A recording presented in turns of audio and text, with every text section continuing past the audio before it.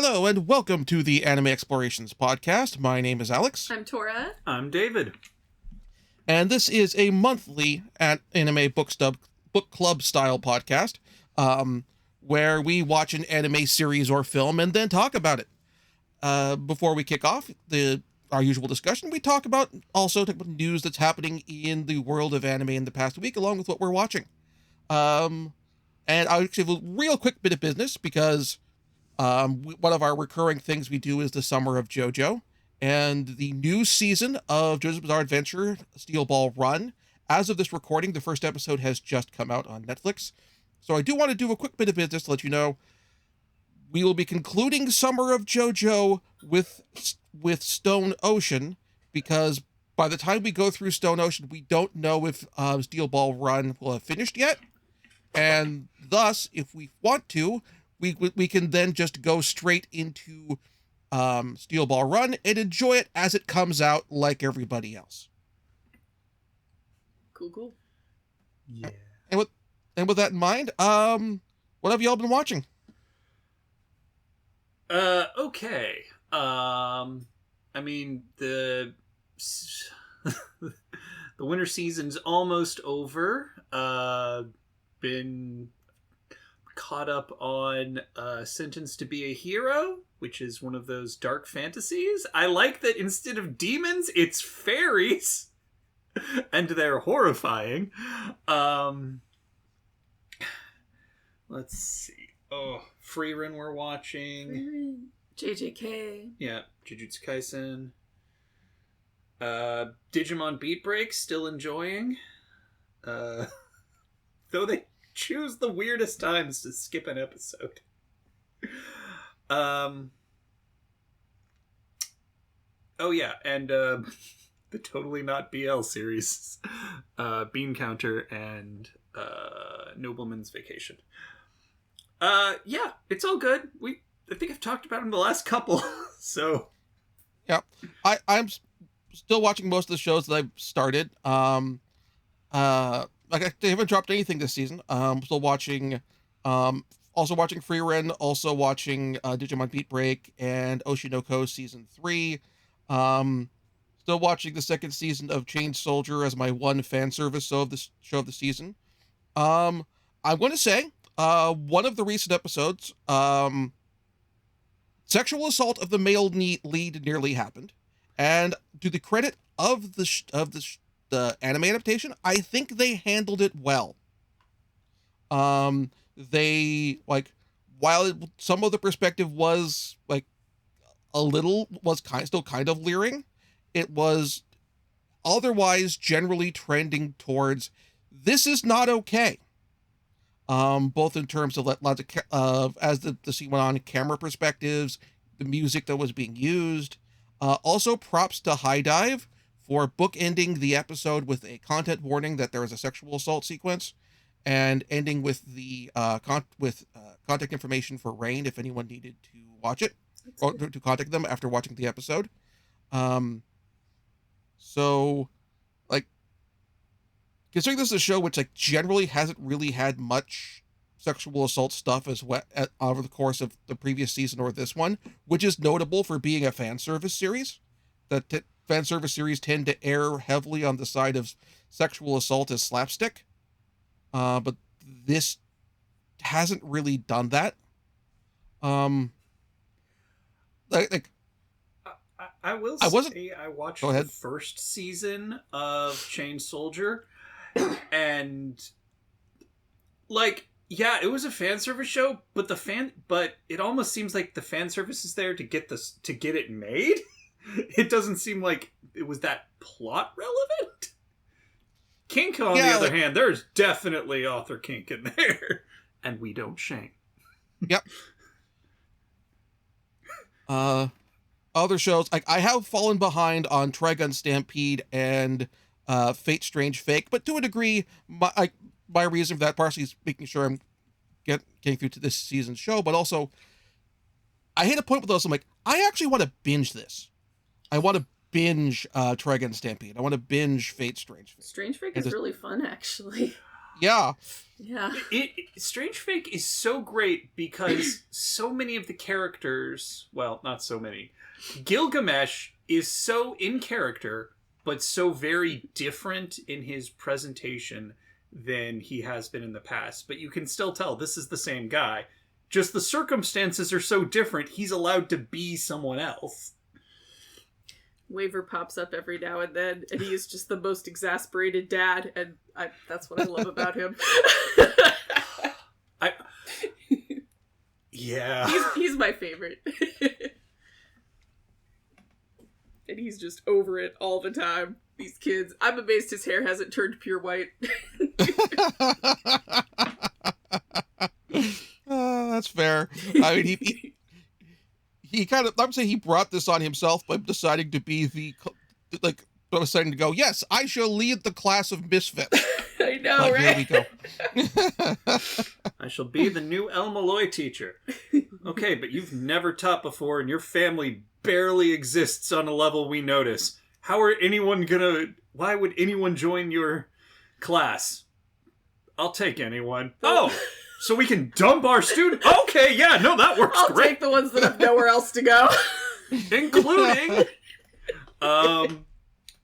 as will be revealed, well, no, it was not as will, it was just revealed, Tosaka is in his class. Of course. I don't know if Shiro also is, just because he's like her familiar? Or what, but... What timeline have they gone with? We don't know. They explicitly don't say what this is a sequel to, but if Shiro and Tosaka are there, it's not Heaven's Feel. Yep. I think probably Unlimited Blade Works. Alright. All right. Yeah. So, few news stories real quick. Let's start with, I would describe, I'll do the two smaller ones first. Real quick. Yep. Anime adjacent. We did watch the second season of the live action One Piece. Aha. And that was amazing. It was so delightful. It was so good. I love watching that cast interact with each other. They just seem like fun people. Like, they are making changes, but so far I think all the changes they've made are, making the story better. I mean, the show is... Go ahead. Yeah. For example, they introduce the Straw Hats fanboy, Bartolomeo. Oh, Bartolomeo. Way earlier than he is in the manga. Because, he's like, oh yeah, I started being a fan of yours at, Loketown. So we actually see him in Loketown. So, yeah. Between this podcast and our one a couple months ago, I did read the entirety of the One Piece manga. She is now caught up. I get it now. It's so good!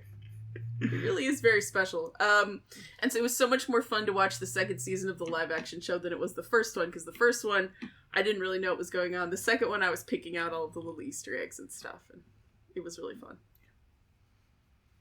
Oh, I'm glad that that we have a live action Western produced anime adaptation that is good. To be fair, Oda is super heavily involved.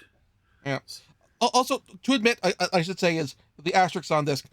So I have subscribed to Apple TV Plus because I'm a F1 sicko.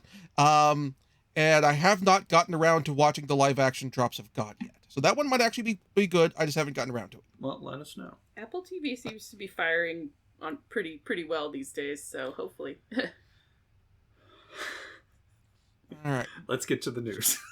All right. So let's get the small light pieces of news first.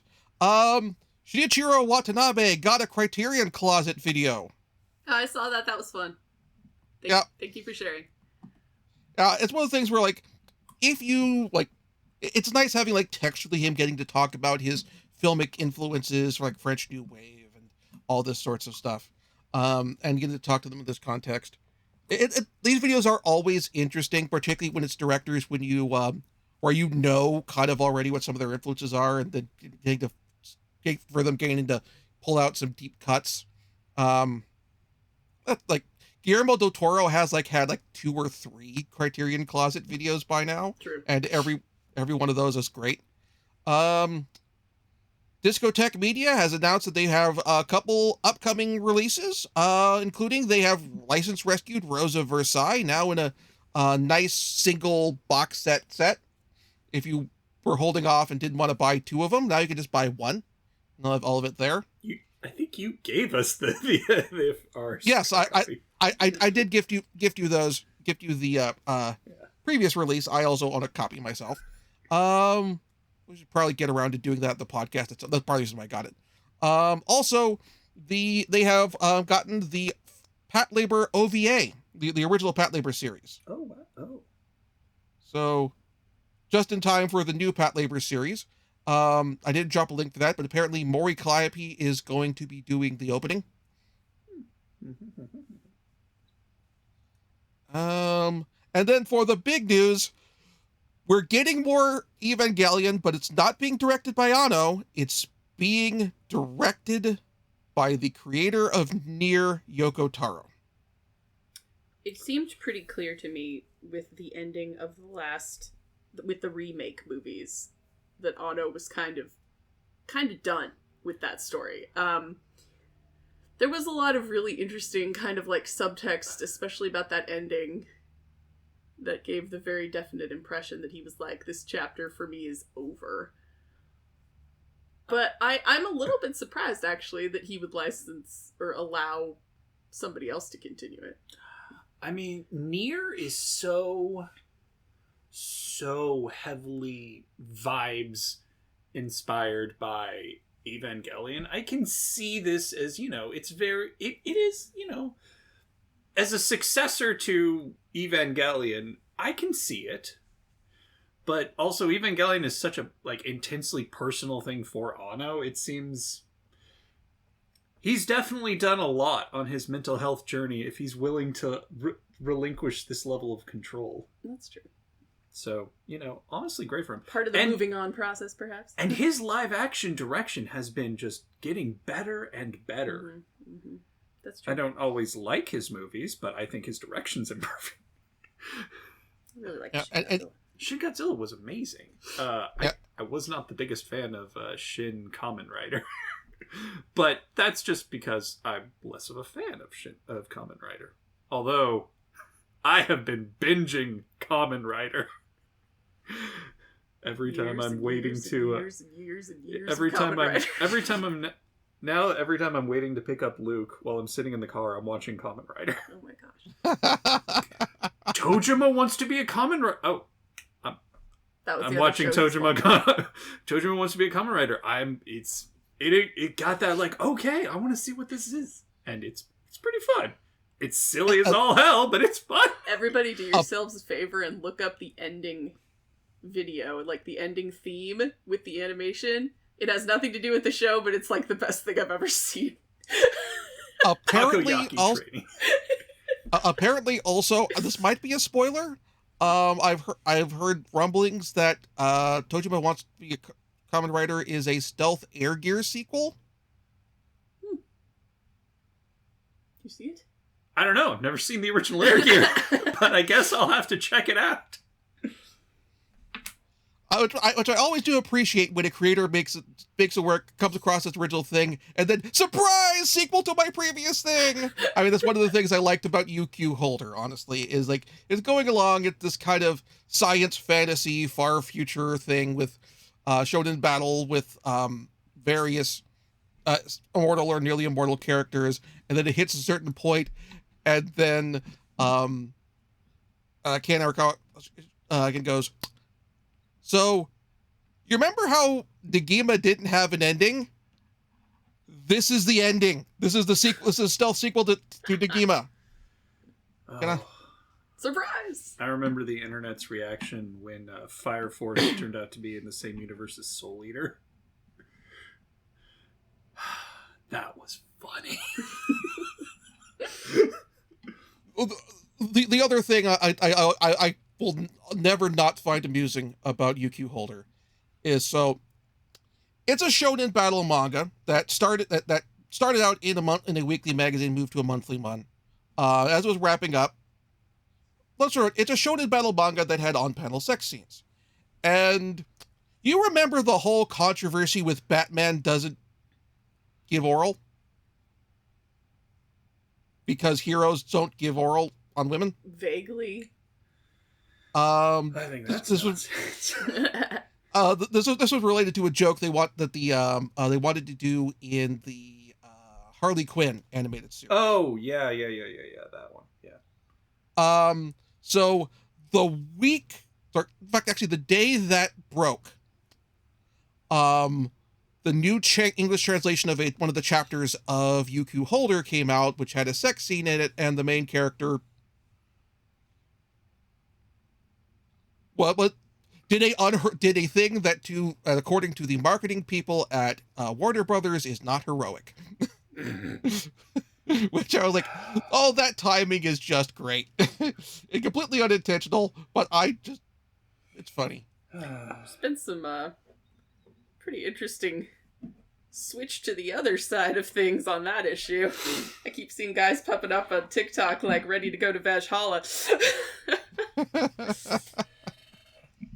But yeah. Anyway, not really a good segue for that for any of the stories from the news section. So, let's talk about this month's anime, Yona of the Dawn. Yeah. Good music. Great music. Speaking of music, I think we should probably start with the opening. It's a great way. The first opening is fantastic. It does a great job for setting the tone of this Korean-inspired? Yeah, that's the vibe I got too. Is like the names seem a little bit Korean, yeah. The second opening is just so traditional J-pop. It felt very jarring the first few times. Just a J-pop with a side of Eurobeat. Yeah, it was a bit of a tonal shift, maybe. Like, it's not bad. It just was so different than what had come the previous 13-odd episodes. So, let's talk real quick description of the premise. Good point. Good idea. So let's talk about this is our White Day anime. We're doing a romance series, and normally we've been doing romance series set in the present day. And we're at varying degrees of the present day. This is a historical fantasy, or just fantasy series. Shojo series. It follows our main character of Yona, who is the daughter of the kingdom of Koka. And she has two childhood friends who like her a lot. One is a general to one of the other kingdoms, and like the heir to the generals from two other kingdoms, basically. Well, and they've grown up to get. They're not quite other kingdoms. They're like sub kingdoms, vassal states. Vassal states. Yeah. And one of them's her cousin. Yeah. Let us not forget. And in Game of Thrones terms, they're the heirs to King Il's bannermen. Yep. And she's considering that she wants to marry one of them. Her cousin Suwon. Although her other childhood friend Hawk kind of has the hots for her. However, this ends up all topsy-turvy when Suwon murders King Il, and she stumbles and she comes into the room with Suwon holding the bloody sword in his hand, sword impaled through her dad, and he basically says, "Nope, this isn't not a coincidence, not bad timing, not me being stupid and holding the murder weapon that somebody left in the body. I did it." Yep. And she takes this exactly as well as you would expect for a sheltered princess character in a historical fantasy. So Haku rescues her, they end up on the run, and she ends up having to grow up and mature in a hurry while developing the skills she needs to survive on her own, like out away from the palace, and ultimately to try and avenge her father and take the throne back. Also, discovering, traveling amongst the common folk, her dad was not the best king. In fact, he was very kind, he was very nice, he was very weak and conciliatory. Yeah, the show does not pull punches on the fact that her dad might have been a good person, but he was a terrible king. And she comes to figure this out. I actually think that's one of the show's great strengths, is it, at first, all of the political stuff seems a little bit, shoehorned in because you're more interested in, like, the drama that's going on and the romance that's going on, but the more it comes up, the more important it becomes, because you're like, at some point, she's going to have to sit down and kind of pick whether or not her getting personal revenge is good for the kingdom, because it doesn't sound like it will be. Like, so there's some really interesting political conflict going on, especially in the latter half. This show is unfinished. Worth noting is this show was came out in 2014, based on a manga that started in 2009, I think, and finished December of 2025. So 3 months ago, this had just finished. There is a second season coming out, due to come out in the unspecified future. But yes, this show, did not decide to do the anime original ending necessarily. It is very much a look. If you want the rest of the story, read the manga. So that's something to keep in mind. So the first half I bounced off of a little bit, because it's very stock. Like this is a story that you have probably seen or read before, and that's fine. Like, it's competently done, and then it starts getting into kind of a little bit of the mythology and the backstory of these people called Dragon Warriors that she has to collect like Pokemon, and it turned into Fashugi Yugi for a hot second there. But then I feel like the second half of the season really started to redeem it for me, because the characters themselves are really great, and their interactions are great, and the show is actually pretty funny once they get all these characters in the same place. The way they bounce off each other and all the little gags and everything.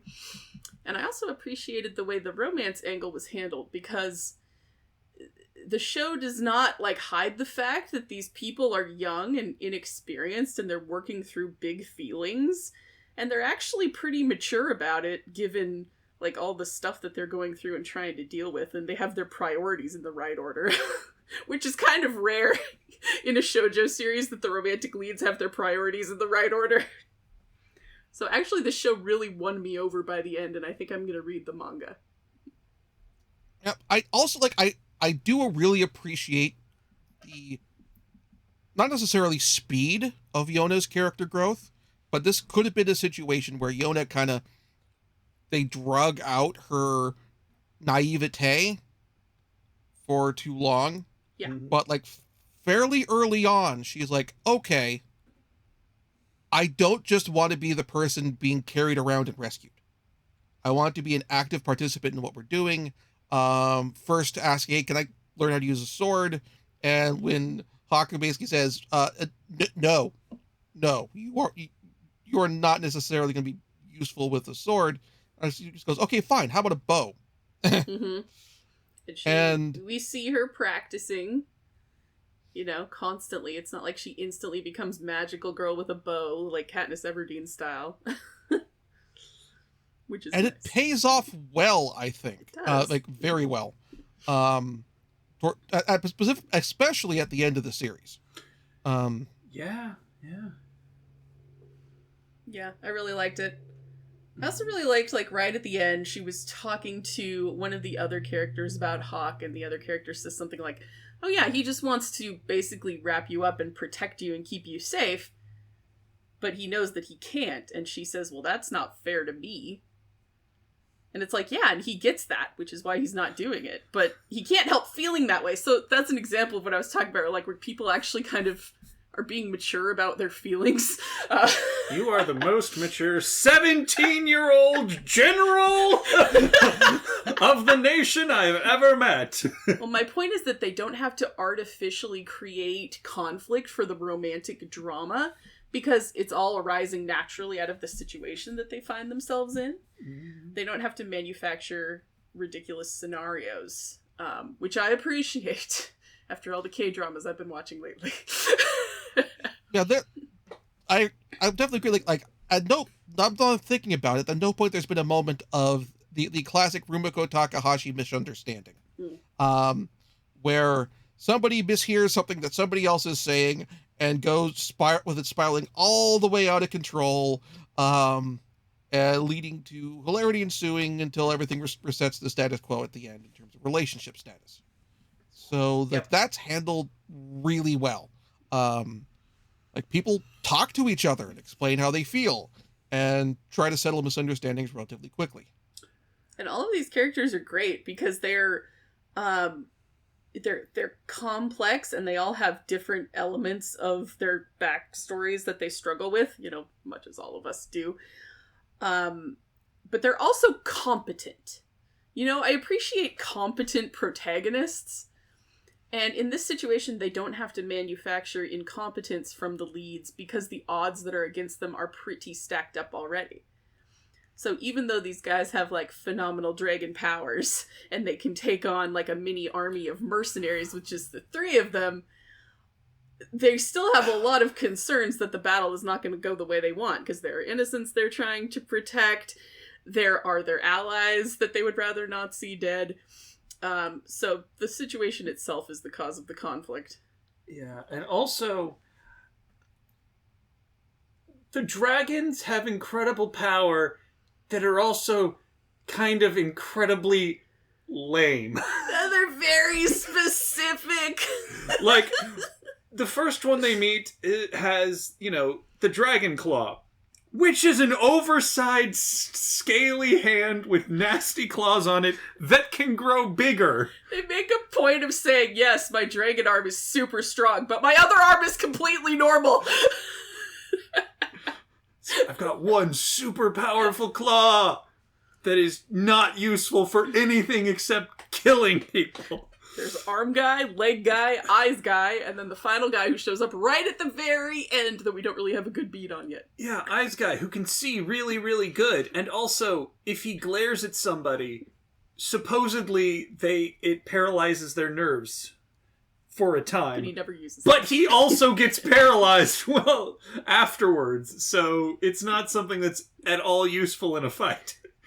I kept waiting for them to Voltron, man. I was like, you've got 1 arm, 1 leg, 2 eyes. Come on.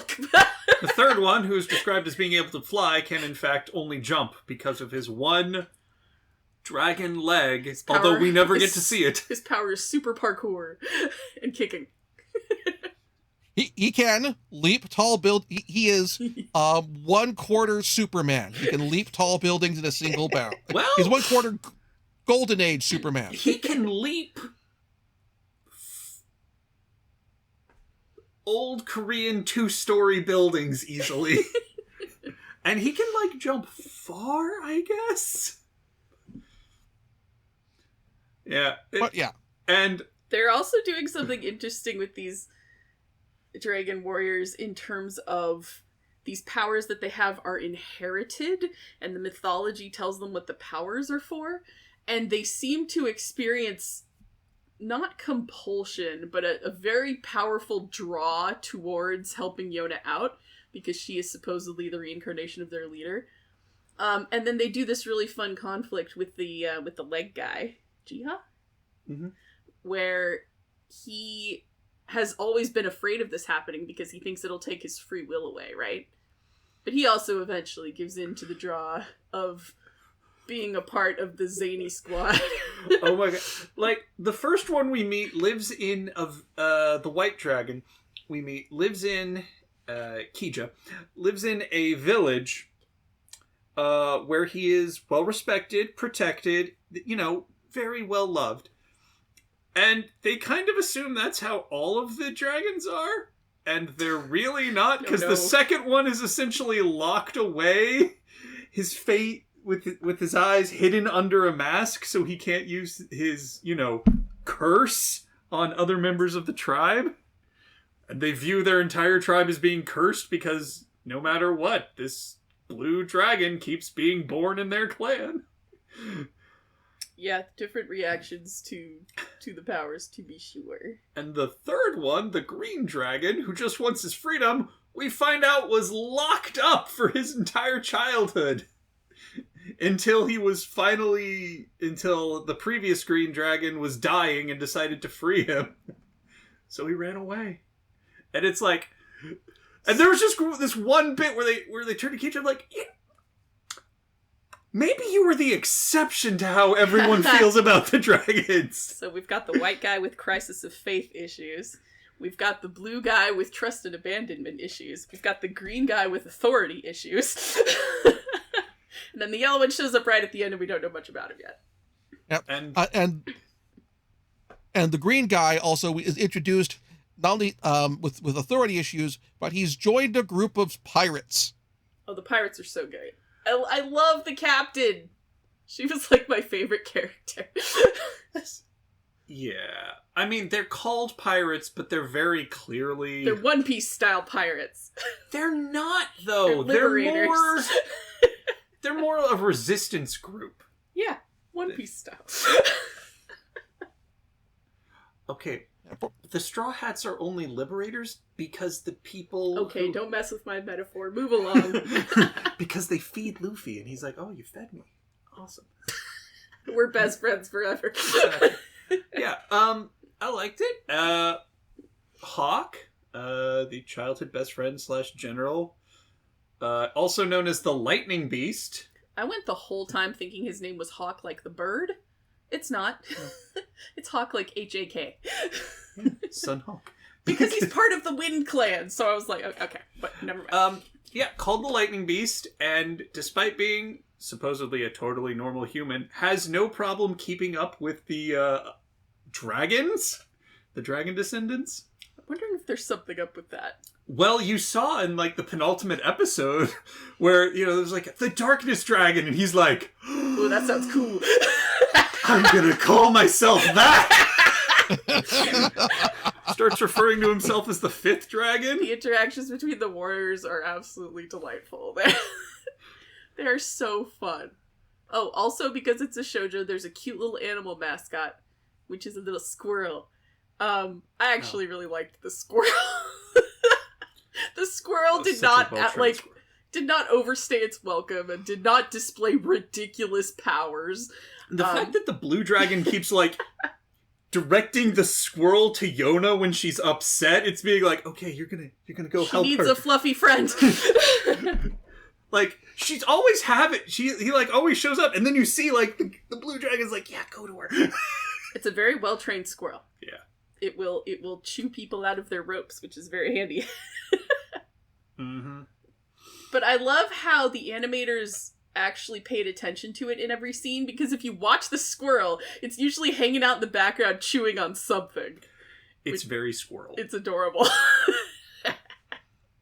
What speaking of supporting characters, we also have of our definitely actually non-superpowered character, there also is Yoon, who was introduced as the basically caretaker of a distressingly clumsy priest who is a incredibly talented healer. He is explicitly describes himself as the genius pretty boy.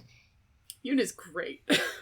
at very shortly after he joined the group, we're like, okay, this kid is single-handedly keeping these weirdos alive. Like, what did they do without him? Let's see. They got shot? They got hurt and fell starved. off a cliff? Yeah. Yoon, like, towards the end, he starts voicing concerns that he's not contributing anything to the group. And I was like, you are the backbone of this group, kid. They would all be dead if not for you. Oh my god. Like, what can't this kid do? It's pretty awesome. And then they go back to the guy who was taking care of the prophet, and it becomes abundantly clear that, yeah, the prophet almost killed himself in Yoon's absence because he can't take care of himself for anything. I can see the future. Do you want to maybe do anything to prevent the numerous injuries you inflict upon yourself? No, I'm good. My vision I got said you. you'd be back eventually. Don't worry, Yoon's gonna be back before I die. Oh, man.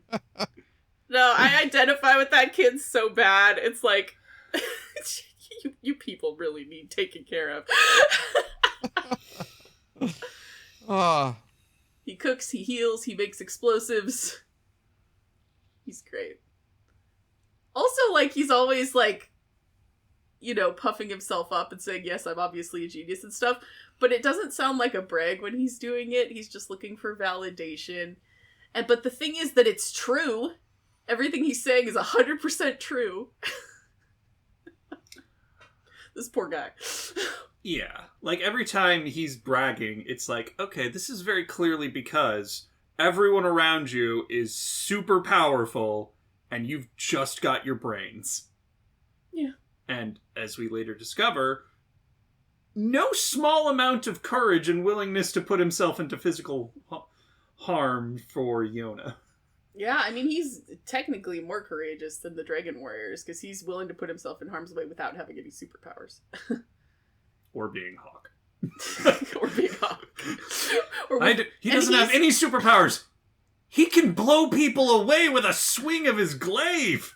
And Yuna's explicitly a pacifist. He says several times, you know, I won't fight, but I can do a lot to help. And he's correct.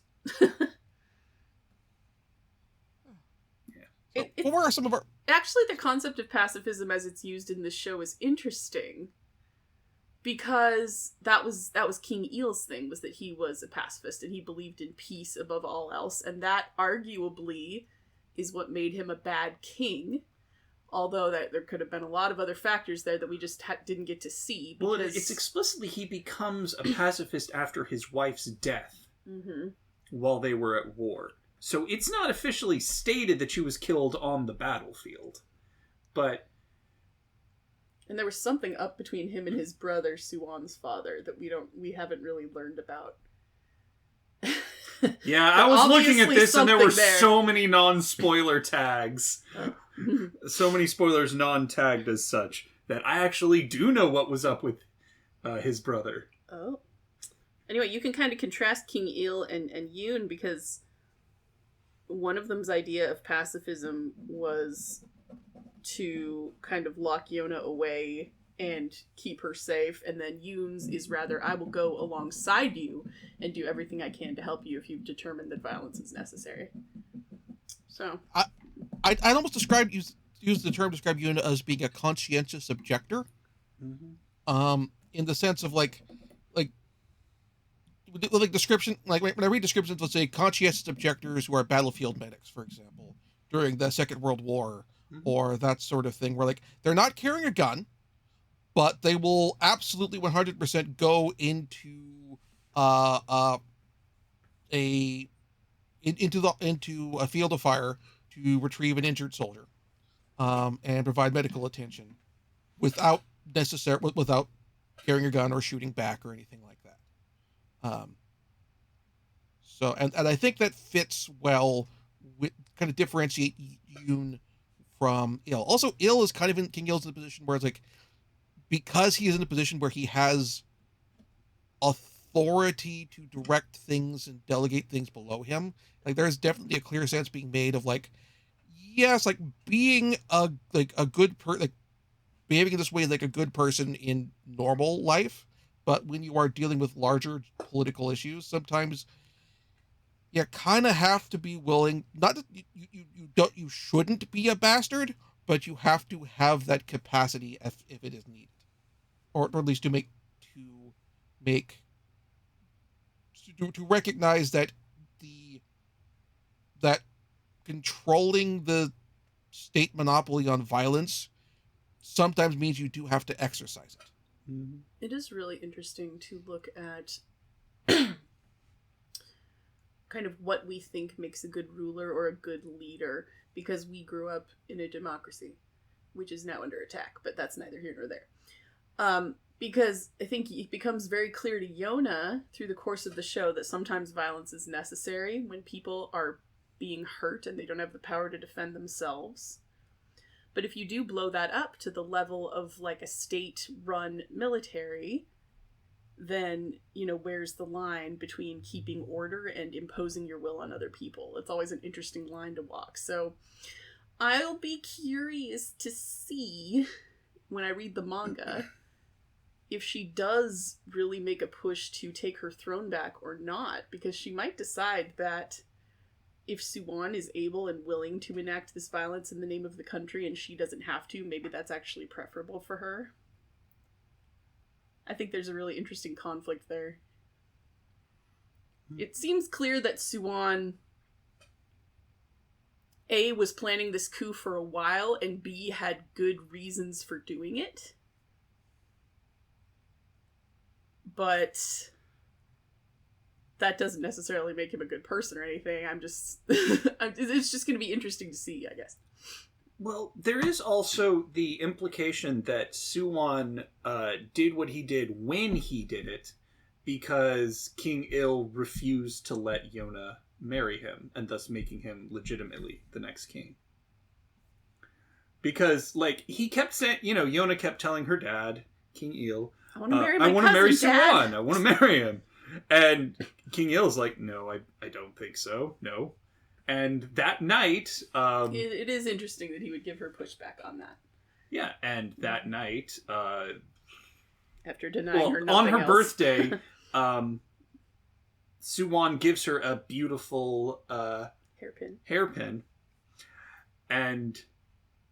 yeah. So it wouldn't surprise me if he did that, went to King Il and asked for her hand, and he said no. So I was like, okay, well, I've got all these reforms I need to make for the country, and if I'm not going to be king non-violently...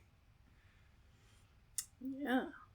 Yeah, so... Unfortunately, we don't get enough information in the show to really figure him out, but... Season 2. There's definitely stuff going on there. Yeah, so I look forward to seeing more of this some point in the future. Any other bits from the show that we liked? One thing I do want to point out that I like. This is a bit of a spoiler towards the end. So we have the big climactic confrontation at the end of the series with the pirates taking on the corrupt ruler of this particular town who's engaging in drug and slave trade. And the pirates have explicitly been given the instructions to not kill anybody on these ships. Fight, disable, or knock out. And the leader of the antagonists is about to escape by boat. And so our main character, the antagonist, is a Yan Kumji. I believe I pronounced that correctly. And so he's escaping by a smaller boat. He's like, aha, I'll start up again later. I still have money and that sort of thing. And Yona just kills him. Yona just takes a bow and arrow. This is the first time she kills somebody in the show. And they didn't make a huge deal out of it, like, oh, I've never killed anyone before. Because it was a long, proper build-up to this moment. Like, we've seen her practicing, we've seen her coming to the realization that violence is sometimes necessary, we've seen her coming to the realization of how bad this guy is specifically. And also, he was about to kill... he was aiming his bow at Jiha. Jiha, yeah. So, yeah, that was great, actually. Yeah, it's a really good job of, like, as you say, like, showing, like, serving as a culmination of the entire season's worth of character growth. And I think what also did give it that extra oomph is because, again, up to this point, literally everyone involved is like, no, we're not going to kill anybody. We're going to knock them out. We're going to disable them, but we're not going to kill them. And this is Yona going, sometimes you have to use deadly force in some sort of circumstances where it's necessary. And I think that was handled very well, and it's really served as a big narrative climax. We get an episode of denouement after that, which I enjoyed, but that definitely was like the climax of the series in a lot of respects. Yeah. Yeah. And then there was the last episode, which was... If it wasn't the last episode of the season, it would have just been a normal breather episode between big stuff. But no, it's just ending here, and it's like, well, that's kind of a weird note to end on. The adventures continue. They made it obvious that more stuff was going on. Yeah. It wasn't like they tried to wrap things up for the season, it was like, we could make more. There's more. You could give us money, we'll make We more. could make more. Yeah. So I overall I liked it. I started off being a little like, I'm not sure, because it was kind of formulaic, like very, very familiar tropes trod on a very, very familiar pattern. But it expanded and it was all done well. Yeah, I believe I described when in response on our off-air conversations when Tora brought up the Fushigi Yugi comparison. I described it as Kirkland's signature Fushigi Yugi. But the thing is that Kirkland's signature is surprisingly good. That is why I said surprisingly good. So that's what you have to realize. That's why I said Kirkland's signature Fushigi Yugi, not Temu Fushigi Yugi. Yes. It was actually a very good bargain. Nice. I liked that. No, when they dropped the whole backstory with you have to collect these warriors, I was like, I've seen this before. I know where this is going. Yeah. But okay, I actually rewatched Fushigi Yugi fairly recently, like within the last year? 2 years? 2 years. Within the last 2 years. Boy, that has not aged well. I mean, it's fine, but I actually prefer the characters in Yona to the characters in Fushigi Yugi, which would scandalize my much younger self, but is true. I like that it's a straight fantasy. We don't have to deal with any isekai stuff, which I'm starting to get a little burned out on, not gonna lie. Yeah, so many times in isekai is, this just should have been a fantasy. There is no reason this guy needs to be from the real world. And, you know, maybe at the very beginning I found Yona a little annoying, but I knew that was kind of the point. Because she was gonna lose everything and be forced to change, because that's how these stories go. But I actually think they did a good job with her. I mean, also, she's a teenage girl. Yeah, she's not grating. She's actually coping pretty well, all things considered. Good for her. I think that is in no small part due to the fact that she has Hawk, who is in her life before. He is a general, but he was just her bodyguard. So that constant is able to, I think, ground her a good deal.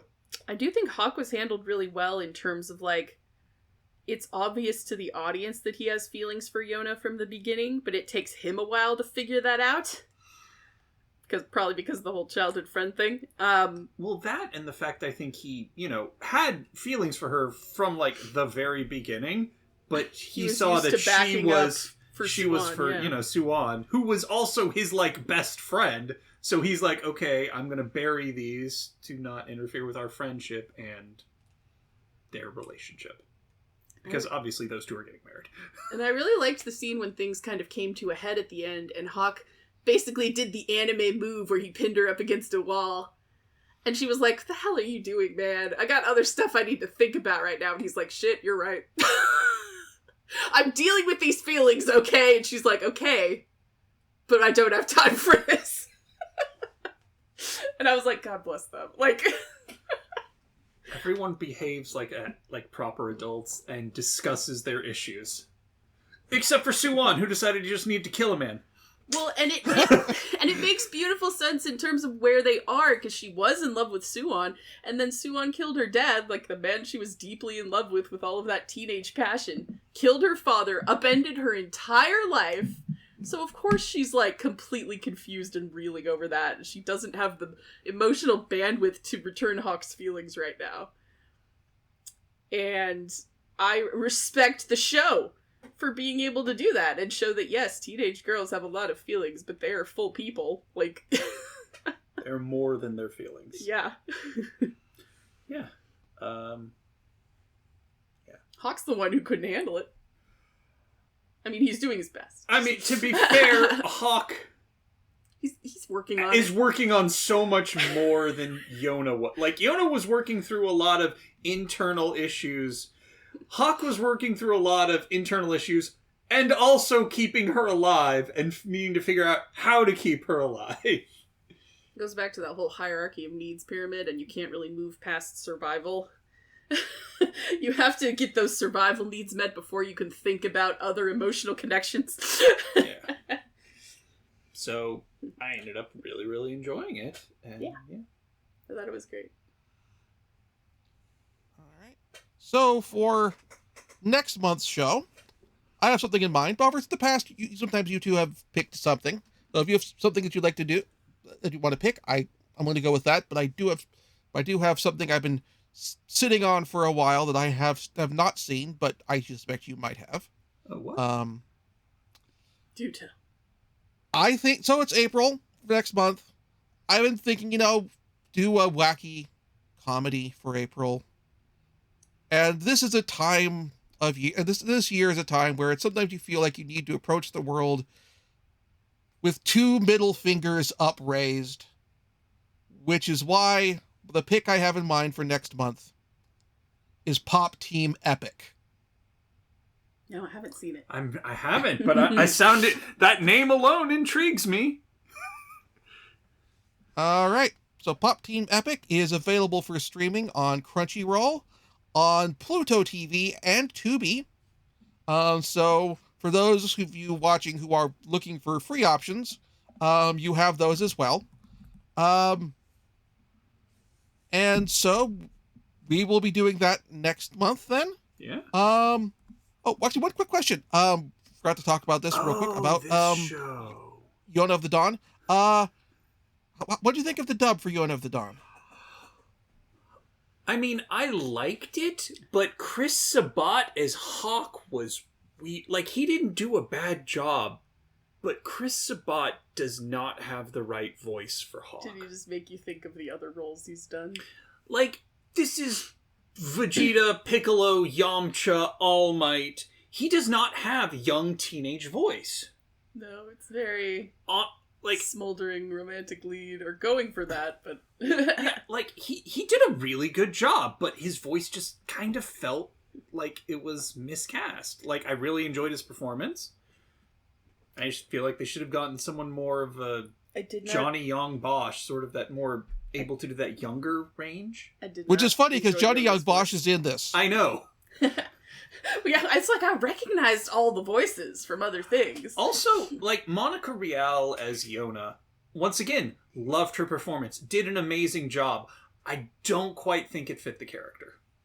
I didn't like it. I thought it was too high-pitched and shrill. Yeah. Her performance was fine. I just did not like the voice for the character. All right, so... But aside from those two, loved them. All right. Chiha was a highlight. So Pop Team Epic, available for streaming on Crunchyroll, Pluto TV, Tubi, and so on. As a quick note, this is so Tubi has the Japanese dub only.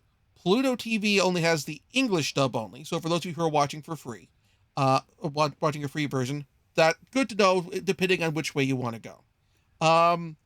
And from my understanding of how Pop Team Epic is structured, technically it loops the episodes twice. Each episode is the same series of vignettes twice, with two different groups of voice actors. The first half of the series has our two main characters, Papuko and Pipimi, played by female voice actors. And the second half has them being played by male voice actors. I believe that carries over also to the English and Japanese versions, instead of just the Japanese version. And I believe it might be different actors each episode. So, do play up the irreverent side of things. Okay. And we're just doing the first season, or? We are just doing the first season. Okay. What, the Adult Swim? I mean, that's kind of where I went. But, Fun. yeah. Look forward to it, and we'll give you all our thoughts next month. All right, and so in the meantime, if you enjoyed what you heard, this podcast, please consider backing the Patreon at patreon.com/count0or. Patreon backers get access to edited versions of my live streams, of my video essays, of my blog posts, and the ad-free versions of these podcasts up to 1 week in advance. Ad-free versions will be exclusive to Patreon backers. And if doing the monthly Patreon thing doesn't fit your budget, which is fine, I have a Ko-fi at ko-fi.com/count0. Whatever works for your donation, for your budget, is fine with me. Thank you all, and of course, rate and review the podcast on the podcatching platform of choice. And I don't advertise this, so tell your friends, tell your neighbors, tell random people on mass transit. It helps get the word out about the show. Thank you all very much for listening, and we'll be back next month. Bye, everybody. Bye.